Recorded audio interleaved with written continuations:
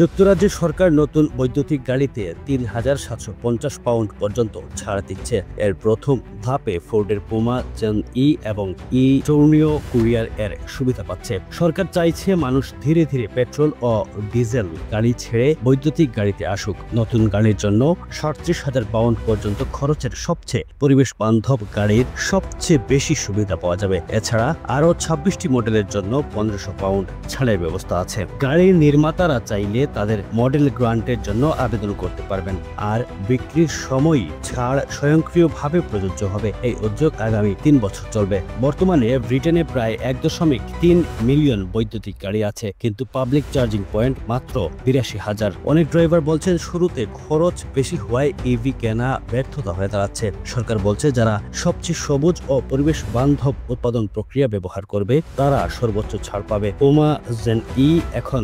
২৬,২৪৫ পাউন্ডে পাওয়া যাবে, যা পেট্রোল ভার্সনের চেয়েও সামান্য কম। Running a restaurant?